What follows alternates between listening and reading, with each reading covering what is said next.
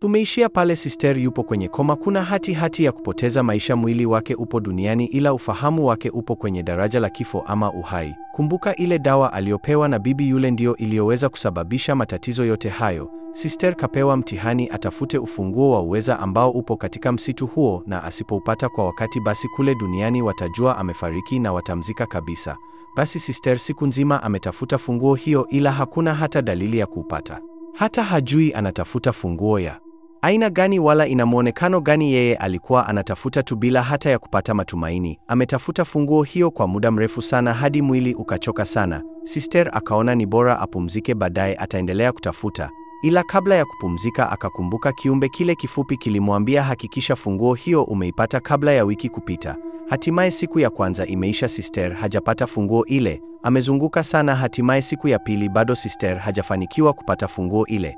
Kumbuka hayupo kwenye dunia ya kawaida, hivyo hakuna usiku wala mchana, hakuna njaa wala chakula, hivyo ni kufanya kazi tu. Hatimaye siku ya tatu bado Sister hajafanikiwa kupata funguo ile. Hatimaye Sister anaanza kukata tamaa sababu haoni hata dalili ya funguo. Kila anapoenda ni giza na miti minene na mikubwa inayoziba mpaka chini, hivyo hata kuona ardhi ni ngumu. Huku duniani masister wenzie walijitahidi sana kumwombea na kuleta madaktari tofauti ili wajue tatizo ni nini, ila hawakupata jibu lenye ahueni litakaloweza kumsaidia Sister. Mwili wa Sister ulianza kuwa wa baridi kana kwamba ameanza kupoteza maisha. Daktari akasema kwamba huyu Sister hatafikisha zaidi ya wiki. Hali kama hii ikiendelea kwake lazima apoteze maisha.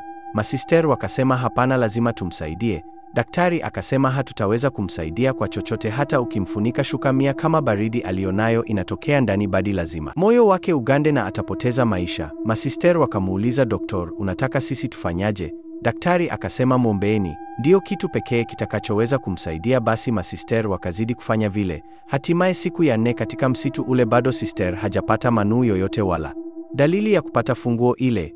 Yupo njiani akakutana na pango kubwa sana lenye giza nene na mlango mkubwa sana ambao liko wazi. Sister kujiuliza aingie au asiingie.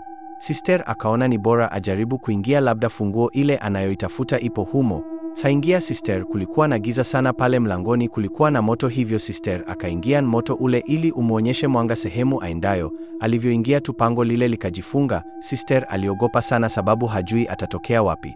Hivyo akakosa chaguo, ni lazima asonge na safari kama njia labda atapata iliyopo mbele. Akiangalia mlango wa pango ule, ulikuwa ni jabali zito sana ambalo hata wangekuwa kumju wasingeweza kulifungua. Sister akazidi kusonga ndani ya pango lile, sauti za kutisha za hapa na pale, ila bado akakaza roho na kuendelea na safari. Sister kuingia hadi ndani anakuta kuna majeneza mawili, ambayo majeneza hayo alivyoyakaribia akaona jeneza la kwanza kuna mtu ambaye kafanana na yeye kabisa, lakini mtu huyo kafariki. Geneza la pili kaliona kuna geneza ila halikuwa na mtu. Kuangalia mazingira bado haelewi afanye nini.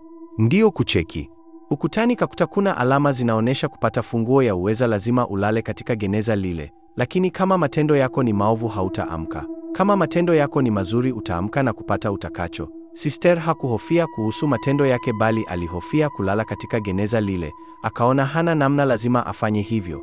Basi Sister akaingia katika geneza lile na kulala usiku mzima. Siku ilikuwa ni ndefu sana katika geneza lile, ila alifanikiwa kuushinda mtihani ule. Kweli asubuhi ameamka Sister anakuta mikononi mwake kuna funguo inawaka sana. Moja kwa moja akajua amefanikiwa sharti la kwanza, hivyo anatakiwa akamilishe na la pili ili atoke sehemu ule. Kumbuka siku zinazidi kwenda tu, hiyo ni siku ya 4, hivyo kule duniani amebakisha siku 3 tu za kuishi.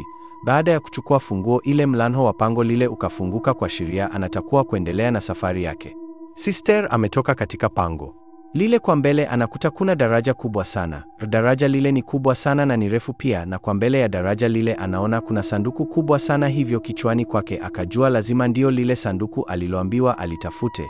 Ila akiangalia daraja lile njia yake ni mbovu sana na asilimia za yeye kupita Samala ni chache sana sababu daraja lile ni bovu sana. Akiangalia njia ya kuzunguka daraja lile ataweza kutumia zaidi ya siku 4 sababu njia ni ndefu sana. Ila akipitia hii ya darajani ataweza kufika kwa wakati, ila asilimia za yeye kuwa salama ni chache sana.